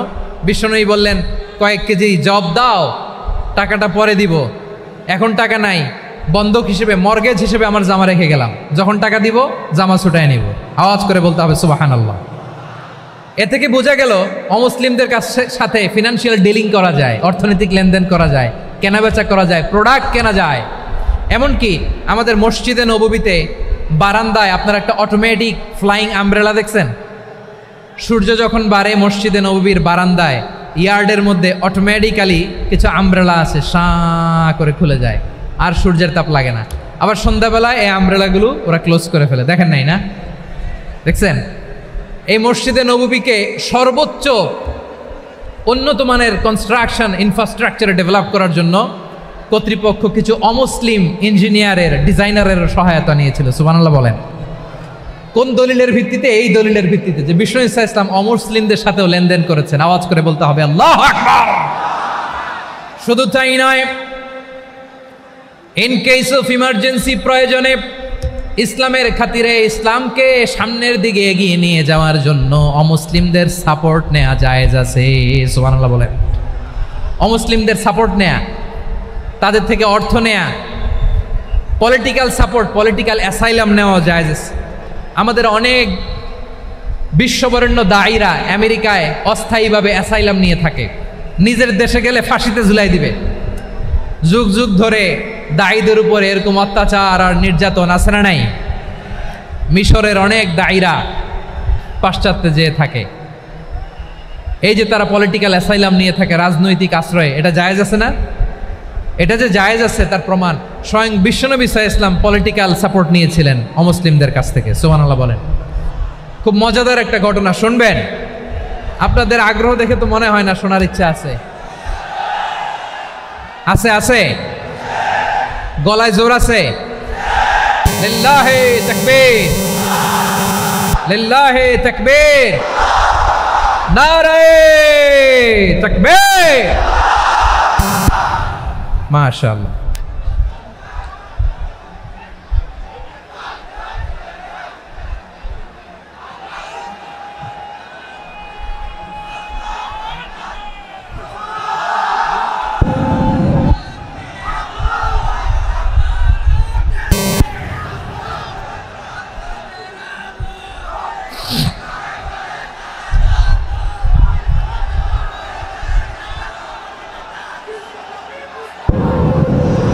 মাশাআল্লাহ মাশাআল্লাহ।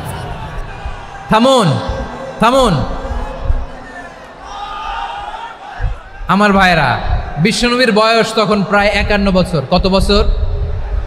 বিশ্বনবীর সবচেয়ে কাছের মানুষ খাদিজা রাদিয়াল্লাহু তাআলা আনহা ইন্তেকাল করেছেন। বিশ্বনবী বড্ড কষ্ট পেলেন, হৃদয়টা ভেঙে খান খান। যিনি ঘরের ভেতরে বিশ্বনবীকে সান্ত্বনা দিতেন, ভালোবাসা দিতেন, বাইরে গেলে কুরাইশরা বকাঝকা করে, অত্যাচার করে, কিন্তু আম্মাজান খাদিজা রাদিয়াল্লাহু তাআলা আনহা ঘরটারে এমন শান্তির নীর বানায় রেখেছেন, এই ঘরের ভিতরে ঢুকলে বিশ্বনবীর কলিজাটা ঠান্ডা হয়ে যেত। এজন্য রব্বুল আলামিন বলেন, খাদিজা, ও আমার বান্দি খাদিজা, জান্নাতে এমন স্পেশাল একটা ঘর আমি তোমার জন্য রেডি করে রেখেছি। ওই ঘরের মধ্যে কোনো আওয়াজ নাই, ওই ঘরের মধ্যে কোনো নয়েজ নাই, ওই ঘরে কোনো বিশৃঙ্খলা নাই। কারণ মক্কার জমিনে আমার নবী কুরাইশদের বিশৃঙ্খলা, নয়েজ আর ঝামেলাগুলোকে উপেক্ষা করে যখন তোমার ঘরের ভিতরে ঢুকতো, ঘরটারে তুমি শান্তির নীর, ঠান্ডা, নীরব, নিস্তব্ধ, নিঝুম আর শান্তির নীর বানিয়ে রেখেছ। এজন্য জান্নাতে স্পেশাল একটা শান্তির নীর আমি তোমারে উপহার দেব। ওই প্রিয়তমা স্ত্রী খাদিজা ইন্তেকাল করলেন, বিশ্বনবীর হৃদয় ভেঙে খান খান। আবার ওনার চাচা আবু তালেব ইন্তেকাল করলেন, যিনি পলিটিক্যাল শেল্টার দিতেন নবীকে। কে দিতেন? আবু তালেবের ভয়ে, বিশ্বনবীর এই চাচার ভয়ে কোনো মুশরিক নবীর গায়ে হাত দেওয়ার সাহস পায় নাই। এখন স্ত্রীও নাই, চাচাও নাই, নবীকে আশ্রয় দেওয়ার কেউ নাই, নবীর চারদিকে অন্ধকার। নবী এখন কই যাবেন? আমার পেয়ারা নবী নতুন স্টেশন খুঁজতেছেন, নতুন দাওয়াতি প্ল্যাটফর্ম খুঁজতেছেন। তিনি যায়েদ বিন হারেসা রাদিয়াল্লাহু তাআলা আনহুকে নিয়ে মক্কার পাশের একটা নেইবরিং সিটি তায়েফে চলে গেলেন। কোথায় চলে গেলেন? লালমনিরহাটের ভাইয়ের আওয়াজ করে বলেন, কোথায় গেলেন?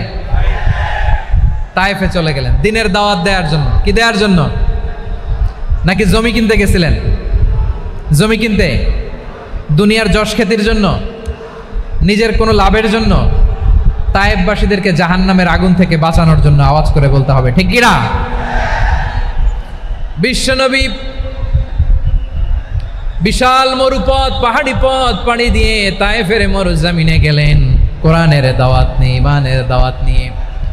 কিন্তু তায়েফের লোকেরা বিশ্বনবীর দাওয়াতকে শুধু প্রত্যাখ্যান করেই থামে নাই, তারা বিশ্বনবীর সাথে অত্যন্ত খারাপ আচরণ করেছে।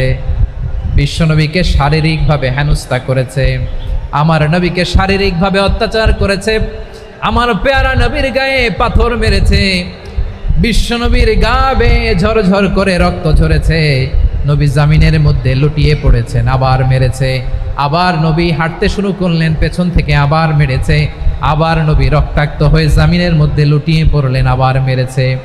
বিশ্বনবীর মতো এত সুশ্রী মানব, বিশ্বনবীর মতো এত শুভ্র মানব, বিশ্বনবীর মতো এমন চমৎকার দেহাবয়ব দিয়ে রব্বুল আলামিন কাউকে বানান নাই।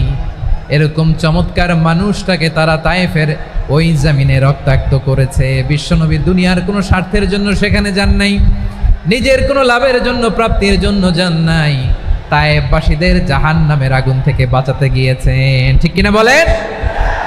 খেয়ে না খেয়ে দিন প্রচারের কাজে নিজেকে দিয়েছ বিলিয়ে, তায়েফের কাফিরেরা চিনল না সে আলো, দুষ্ট ছেলেদের পিছু দিল লেলিয়ে, পাথরের আঘাতে ক্ষত বিক্ষত হয়ে সারা শরীর থেকে রক্ত ঝরে। হে রাসূল তোমাকে ভুলি আমি কেমন করে, হে রাসূল তোমাকে ভুলি আমি কেমন করে। পারেন না আপনারা?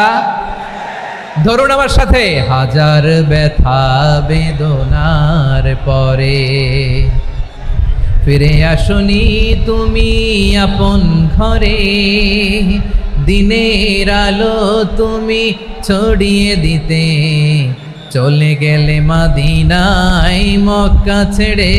হে রাসূল তোমাকে ভুলি আমি কেমন করে, হে রাসূল তোমাকে ভুলি আমি কেমন করে।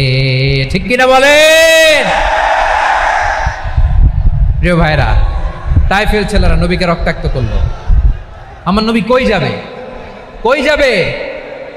মক্কায় জায়গা নাই, তায়েফে জায়গা নাই।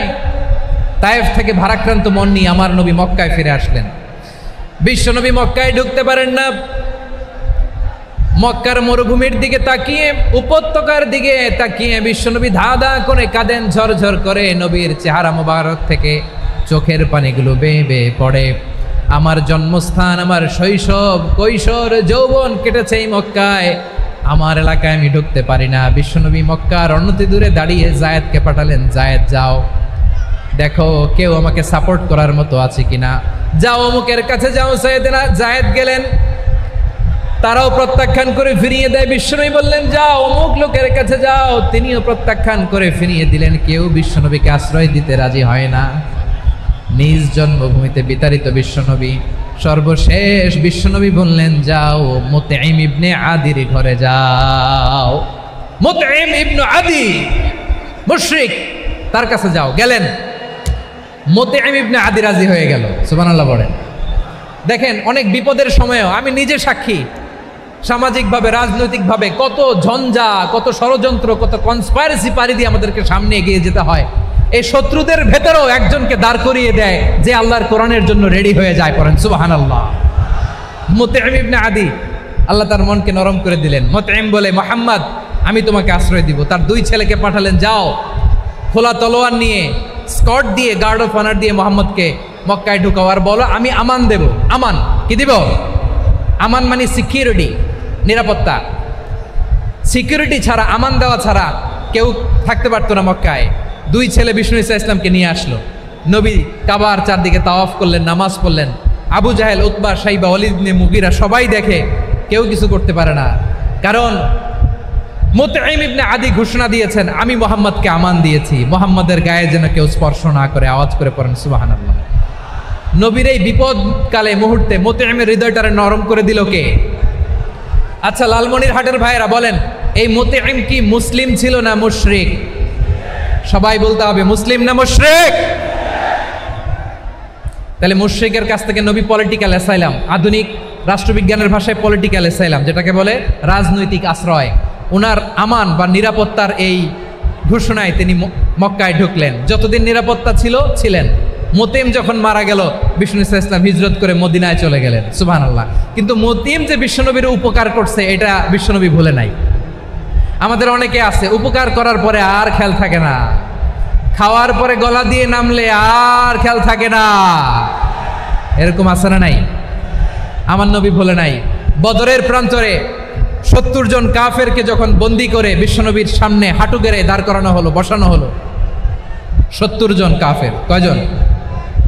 বিশ্বনবী তাদের দিকে তাকিয়ে বললেন, সহিহ বুখারীর বর্ণনা, লাউ কানাল মুতঈম ইবনে আদি হাইয়ান সুম্মা কাল্লামানি হাউলাঈ নাতনা লা তারাকতুহুম লাহু। বদরের প্রান্তরে 70 জন বন্দী কাফিরের দিকে তাকিয়ে আমার নবী বললেন, আজকে মুতঈম ইবনে আদি যদি বেঁচে থাকতো আর তোমাদের 70 জনের ব্যাপারে যদি মুতঈম এক বাক্যে একটা সুপারিশ করতো, তার সম্মানে আজকে তোদের সবাইকে আমি মাফ করে দিতাম। সুবহানাল্লাহ নাই? ওই যে চিল্লাচিল্লি যে কথা বোঝে নাই, কোন জিনিস মিস করছে ওরা নিজেরাও বোঝে নাই। বিশ্বনবী মুতঈমের এই সাহায্যের কথা বলে নাই।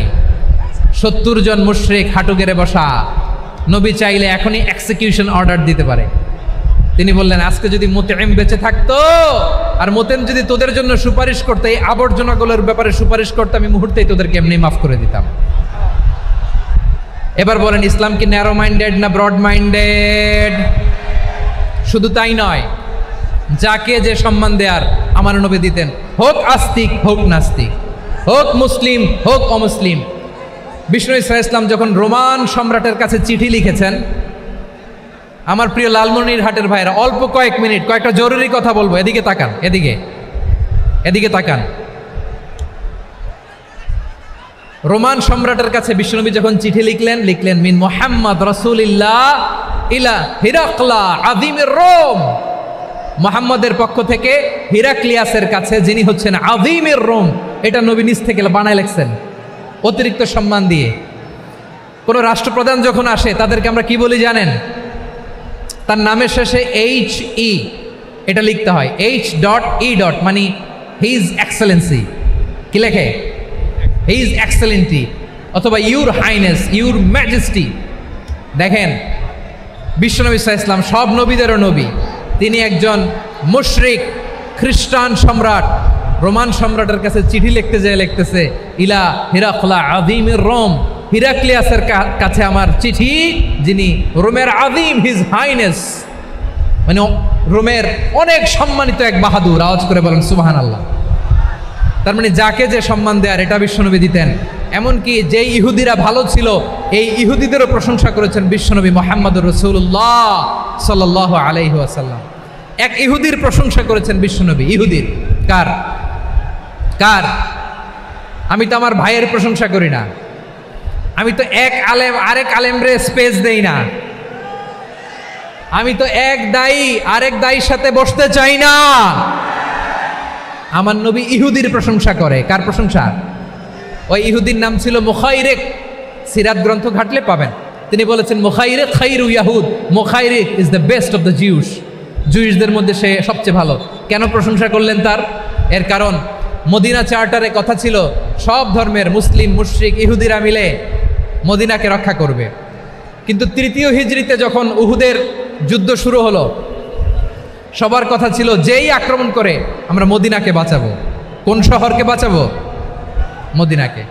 কিন্তু কুরাইশরা যখন অ্যাটাক করলো, ইহুদিরা আর আসে না, ইহুদিরা আর বেরোয় না। বিষ্ণু বললেন, ওহে ইহুদিরা, তোমরা না চুক্তি করলে আমার সাথে যে মদিনা বাঁচাতে সবাই ঝাঁপিয়ে পড়বো, আসো। একটা ইহুদিও বেরোয় না, কেউ আসে নাই সেদিন, একজন ছাড়া। তার নাম মুখাইরেক। তার নাম কি? মুখাইরেক বাহাদুরের মতো ঘোড়সাওয়ার হয়ে বেরিয়ে গেলেন এবং বললেন, গোটা ইহুদি সাম্রাজ্যের একজনও যদি না আসে, আমি মুখাইরেককে কেউ ঘরে আটকে রাখতে পারবে না। বেরিয়ে আসলেন, এসে বললেন, আমি মুহাম্মদের পক্ষে যুদ্ধ করব। আমি মারা গেলে আমার সম্পদ আমার উত্তরাধিকারীরা পাবে না, আমার সম্পদ তোমরা মুহাম্মদকে দিয়ে দিবা। সুবহানাল্লাহ বলেন। উহুদের ময়দানে 70 জন মুসলমান শহীদ হলো। এই ইহুদি, সেও মুসলমানের পক্ষে যুদ্ধ করে নিহত হলো। সুবহানাল্লাহ বলেন। মুসলিমদের লাশ যখন নিয়ে আসা হলো, এই মুখাইরিকের লাশও নিয়ে আসা হলো। মুসলিমদের লাশের পাশে মুখাইরিকের লাশ দেখে বিশ্বনবী মুখাইরিকের প্রতি অনেক খুশি হলেন। আর বিশ্বনবী খুশি হয়ে বললেন, মুখাইরিক খায়রু ইয়াহুদ, মুখাইরিক যদিও তুমি ইহুদি, তারপরে তুমি সব ইহুদিদের মধ্যে সেরা ইহুদি। পড়েন সুবহানাল্লাহ। আমার নবী ইহুদিকেও সম্মান দিতে কার্পণ্য করে নাই। আওয়াজ করে বলেন আল্লাহু আকবার। প্রিয় ভাইরা, এবার সর্বশেষ আওয়াজ করে বলেন, ইসলাম কি ন্যারো মাইন্ডেড নাকি ব্রড মাইন্ডেড? সবাই বলেন, ন্যারো মাইন্ডেড না ব্রড মাইন্ডেড? এজন্য অমুসলিম হইলেই তারা আমাদের শত্রু নয়। শত্রু কারা? এই লালমনিরহাটের ভাইয়েরা শোনেন, শত্রু কারা? যে সমস্ত অমুসলিম আমাদেরকে নিশ্চিহ্ন করে দিতে চায়,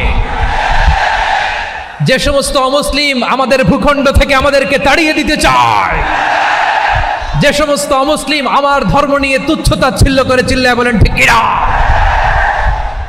তারা আমাদের শত্রু। সাধারণ অমুসলিমরা আমার শত্রু নয়। এই যে হিন্দুরা থাকে,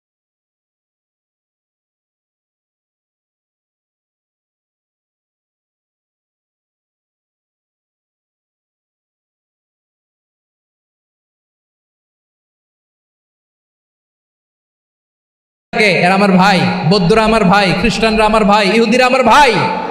তারা দিনই ভাই নয়, তারা মায়ের পেটের ভাই নয়, তারা মানবিক দিক থেকে ভাই। ও মানুষ, আমিও মানুষ। ইসলাম মানুষকে সম্মান করে, চিল্লায় বলো ঠিক কিনা। যারা আমাদের অস্তিত্বকে নিশ্চিহ্ন করতে চায়, যারা আমাদের ভূখণ্ডকে দখল করতে চায়, যারা আমাদেরকে নিয়ে মকারি করে, ফান করে, টিটকারি করে, আমার ধর্ম নিয়ে খেলা করে, তাচ্ছিল্য করে, ওদের বিরুদ্ধে আমাদের জিহাদ। সাধারণ মুসলিম আমাদের শত্রু নয়। আপনি জানেন নিউ ইয়র্কে, আমি তো নিউ ইয়র্কে ছিলাম অনেকদিন, ওখানে ফিলিস্তিনিদের পক্ষে যখন আমরা মিছিল করেছি, অনেক ইহুদি আমাদের সাথে মিছিলে দাঁড়িয়েছে। কারণ ওরাও জানে এই ভূখণ্ড ফিলিস্তিনিদের ভূখণ্ড। আওয়াজ করে বলো লালমনিরহাট ঠিক কিনা। ইসরায়েলের রাজধানী খোদ তেল আবিবে অনেক ইহুদিরা বেঞ্জামিন নেতানিয়াহু তার বিরুদ্ধে মিছিল করেছে। তো তারা কি আমাদের শত্রু? না। অনেক খ্রিস্টান আমাদের সাথে আমাদের স্বার্থ রক্ষায় আমাদের পাশে দাঁড়িয়েছে। খেয়াল রাখবেন, হিন্দু আর হিন্দুত্ববাদ এক নয়, ইহুদি ধর্ম আর জায়নিজম এক নয়। জায়নিজমের বিরুদ্ধে আমাদের সংগ্রাম, আমাদের জেহাদ, চিল্লায় বলেন ঠিক কিনা? এই যে ফিলিস্তিনের ভাইয়েরা, তারা তাদের স্বাধীনতা সংগ্রামের জন্য লড়াই করছে, করে যাচ্ছে, আমরা এটাকে সমর্থন জানাই, চিল্লায় বলো ঠিক কিনা? কাশ্মীরের ভাইয়েরা স্বাধীনতার জন্য সংগ্রাম করছে, আমরা সেই সংগ্রামকে সমর্থন জানাই, আওয়াজ করে বলো ঠিক কিনা? যারাই আমাদের ইসলামকে নিশ্চিহ্ন করতে চায় তাদের বিরুদ্ধে আমাদের সংগ্রাম, আওয়াজ করে বলতে হবে ঠিক কিনা? ওই সমস্ত দুর্বৃত্তদের সাথে আমাদের কোনো সম্পর্ক নাই। আমরা যদি ঐক্যবদ্ধ থাকতে পারি, ওই দুর্বৃত্তরা চান্স পাবে না। আমরা ঐক্যবদ্ধ থাকতে রাজি আছি। লালমনিরহাটের ভাইয়েরা, আমরা ঐক্যবদ্ধ থাকলে ওই দুর্বৃত্তদের কালো হাত ভেঙে দিতে আমাদের সময় লাগবে না। তাদের কালো হাত ভেঙে দিতে রাজি আছো মুসলমান? কারা কারা রাজি? দু হাত তুলে দেখাও।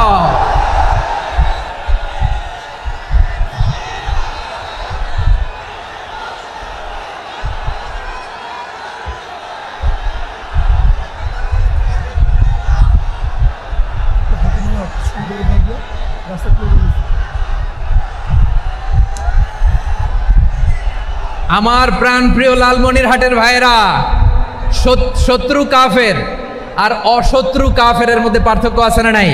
আবু তালেবও মুশরিক, আবু জাহেলও মুশরিক, কিন্তু দুই মুশরিকে পার্থক্য আছে না নাই? আবু তালেব নবীর চাচা, মুশরিক, মারা গিয়েছে মুশরিক অবস্থায়, কিন্তু আজীবন আমার নবীকে আগলে রেখেছে, আমার নবীকে সাপোর্ট করেছে, ভালোবেসেছে। আবু জাহেলও মুশরিক, মারা গিয়েছেও মুশরিক হিসেবে, আজীবন আমার নবীর বিরুদ্ধাচরণ করেছে। আবু জাহেলের শক্তি, সামর্থ্য, স্ট্র্যাটেজি, প্ল্যান সব আমার নবীর বিরুদ্ধে ছিল। এই আবু জাহেলের কারণে একটা দিন শান্তিতে আমার নবী মক্কায় ঘুমাতে পারে নাই, চিল্লায় বলেন ঠিক কিনা? এজন্য রাব্বুল আলামিন বলেন, লা ইয়ানহাকুমুল্লাহু আনিল্লাযীনা লাম ইউকাতিলুকুম ফিদ-দীনি ওয়া লাম ইখরিজুকুম মিন দিয়ারিকুম আন তাবাররুহুম ওয়া তুকসিতু ইলাইহিম ইন্নাল্লাহা ইউহিব্বুল মুকসিতিন। আল্লাহ বলে, গোলামেরা শোনো শোনো, যে সমস্ত অমুসলিম তোমাদের সাথে ধর্মযুদ্ধে লিপ্ত হয় না, তোমাদের বিরুদ্ধে যে সমস্ত অমুসলিম অস্ত্র ধরে না, যে সমস্ত অমুসলিম তোমাদেরকে তোমাদের জন্মস্থান থেকে, ভূখণ্ড থেকে তাড়িয়ে দেয় না, তাদের সাথে ভালো আচরণ করতে আমি আল্লাহ নিষেধ করি নাই। তাদের সাথে সদাচরণে কোনো নিষেধাজ্ঞা নাই, বরং তাদের সাথে সদাচরণ করো, এটাই আমি আল্লাহ চাই। তাহলে আমার যে অমুসলিমরা আমাদের সাথে শত্রুতা করে না, তুচ্ছতাচ্ছিল্য করে না, আমাদের ভূমি থেকে আমাদেরকে উচ্ছেদ করতে চায় না, আমাদের বিরুদ্ধে অস্ত্র ধরে না, ওই অমুসলিম ভাইদের সাথে আমাদের কোনো দ্বন্দ্ব আছে? কোনো বিরোধ আছে? বরং আছে ভালোবাসা। বরং আছে কি? এই ভালোবাসা দিয়েই আমরা বিশ্ব জয় করব। রাজি আছো মুসলমান? আমাদের পুঁজি ভালোবাসা। আমাদের পুঁজি কি? এবার আওয়াজ করে বলেন, আমার এই পুরো আলোচনা থেকে the religious coexistence, peaceful coexistence, শান্তিপূর্ণ সহাবস্থান, কমিউনাল হারমোনি, এই সাম্প্রদায়িক সম্প্রীতি, এই আলোচনা থেকে কি বুঝলেন? ইসলাম কি ন্যারো মাইন্ডেড না ব্রড মাইন্ডেড? এই ব্রড মাইন্ডেড হৃদয় নিয়ে, ভালোবাসা দিয়ে আমরা বিশ্ব জয় করতে চাই। রাজি আছেন? আল্লাহ কবুল করুক, আমরা সবাই পড়ি আমিন। লালমনিরহাটের জেলা স্টেডিয়ামে আমার প্রিয় মায়েরা, বোনেরা, আপনাদের জন্য একটা হাদিস বলে শেষ করব। বিশ্বনবী বলেন, আমার মায়েরা খেয়াল করে শুনুন, বিশ্বনবী আপনাদের উদ্দেশ্য করে বলেন, আল মারআতু ইযা সাল্লাত খামসাহা ওয়া সামাত শাহরাহা হাফিজাত ফুরুজাহা আতাআত বা'লাহা ফালতাদখুল মিন আইয়ি আবওয়াবিল জান্নাতি শাআত। বিশ্বনবী বলেন, ও রমণীরা, ও নারীরা, যে সমস্ত নারী এই চারটা কাজ করবে, এই চারটা কাজের গ্যারান্টি দিবে, তাদেরকে জান্নাতের 8টা দরজার গ্যারান্টি দেয়া হবে। কি চারটা কাজ? 1 নম্বর, আল মারআতু ইযা সাল্লাত খামসাহা, যে নারী 5 ওয়াক্ত নামাজ পড়ে। কি করে? জেলা স্টেডিয়ামে অবস্থানরত আমার নারীরা, বোনেরা, বিশ্বনবী আপনাদেরকে 4টা কাজের কথা বলেছেন, খুব বেশি না। 4টা করলে 8 জান্নাতের দরজা সব খোলা। কোনটা দিয়ে যাবেন? যেটা দিয়ে মনে চায়। 1 নাম্বার 5 ওয়াক্ত নামাজ। আমার বোনেরা জোহরের নামাজ পড়তে পড়তে এটা আসরে নিয়ে যায়, আসর পড়তে পড়তে এটা মাগরিবে নিয়ে যায়, এরকম আসরা নাই? লালমনিরহাটে হয়তো নাই। আমার বোনেরা এটা করবেন না। ইন্না সলাতা কানাত আলাল মুমিনিনা কিতাবাম মাওকুতা, সময় মতো পড়বেন। সামাত শাহরা, রমাদানের রোজাগুলো রাখবেন। হাফিদাত ফুরুজাহা, যে নারী তার চরিত্রকে হেফাজত করে, তার প্রাইভেট হেফাজত করে, তার লজ্জাস্থান হেফাজত করে। ও মায়েরা, আপনার এই গর্ভ যে কত দামি আপনি জানেন না। আপনার এই গর্ভ থেকে জন্মাবে আগামীর সালাহুদ্দিন আল আইয়ুবী। আপনার গর্ভ থেকেই জন্মাবে ইমাম আল মাহদি আল মুনতাদার। আপনার পেট থেকে জন্মাবে আবু সাইদের মতো বীর সৈনিক। আপনার পেট থেকে জন্মাবে মুগ্ধের মতো বীর মুজাহিদ। আপনি জানেন না কে আসবে আপনার পেট থেকে। সময়টাকে কাজে লাগান, ইসলামকে বুঝেন, মানেন, আমাদের ইসলামিক লেকচারগুলো শোনেন। আমরা যে বার্তাগুলো, ইনস্ট্রাকশনগুলো, দিক নির্দেশনাগুলো আপনাদের খেদমতে রাখি, এগুলো মেনে চলুন। আপনিই পারেন আপনার ঘরটাকে জান্নাতের টুকরা বানাতে। একটা family, it's a very big institution and you are the MD, the managing director of this institution. চিল্লায় বলেন ঠিক কিনা? চাইলেই পারেন ঘরটারে জান্নাতের টুকরা বানাতে। 5 ওয়াক্ত সালাত, রমাদানের রোজা, নিজের চরিত্রের হেফাজত, ও আতাআত বালাহা, স্বামীর আনুগত্য। এটাতে অনেকে ভুল করে থাকে। হায় রে আমার বোনেরা, স্বামীর আনুগত্যকে এটা নিজের অপমান মনে করবেন না। আপনার স্বামী আপনার সবচেয়ে বড় গার্ডিয়ান, তিনি আপনার সবচেয়ে ভালো চায়। নারী কখনো গার্ডিয়ানশিপের বাইরে থাকতে পারে না। হয় আপনি বাবার গার্ডিয়ানশিপের ভেতরে, বাপ না থাকলে ভাই আপনার গার্ডিয়ান, ভাই না থাকলে চাচা গার্ডিয়ান, বিয়ের পরে আপনার স্বামী আপনার গার্ডিয়ান। শরিয়া সম্মত স্বামীর আদেশগুলো আপনি মেনে চলবেন, কিন্তু শরিয়া বিরুদ্ধ কোনো আদেশ মানতে আপনি বাধ্য নয়। আওয়াজ করে বলুন সবাই ঠিক কিনা? এই 4টা কাজ যদি কোনো নারী করে, বিষ্ণুই বলেন জান্নাতের 8টা দরজা খোলা, তোমার যেটা দিয়ে মনে চায় সেটা দিয়ে জান্নাতে তুমি এন্ট্রি নিতে পারবা। আমরা এখানে লালমনিরহাটের সোহরাওয়ার্দী ময়দানে আজকে যেমন একত্রিত হতে পারলাম, আল্লাহর জান্নাতেও যেন একত্রিত হতে পারে। আল্লাহ তুমি তৌফিক দান করো। আল্লাহ আমার এই কলিজার টুকরা যুবক ভাইদেরকে তুমি ওমরে ফারুকের মতো কবুল করো। জেলা স্টেডিয়ামে অবস্থানরত আমার মা বোনদেরকে তুমি ফাতেমার মতো, খাদিজার মতো কবুল করো। আমাদের কলিজার টুকরা সন্তানদেরকে তুমি সালাহুদ্দিন আল আইয়ুবীর মতো কবুল করো। এই যে ইসলামিক সোসাইটি লালমনিরহাটকে আল্লাহ তুমি কবুল করো। আল্লাহ যে কথাগুলো বললাম এগুলো প্রথমে আমাকে, আমার সব ভাইদেরকে আমল করার তৌফিক দান করো।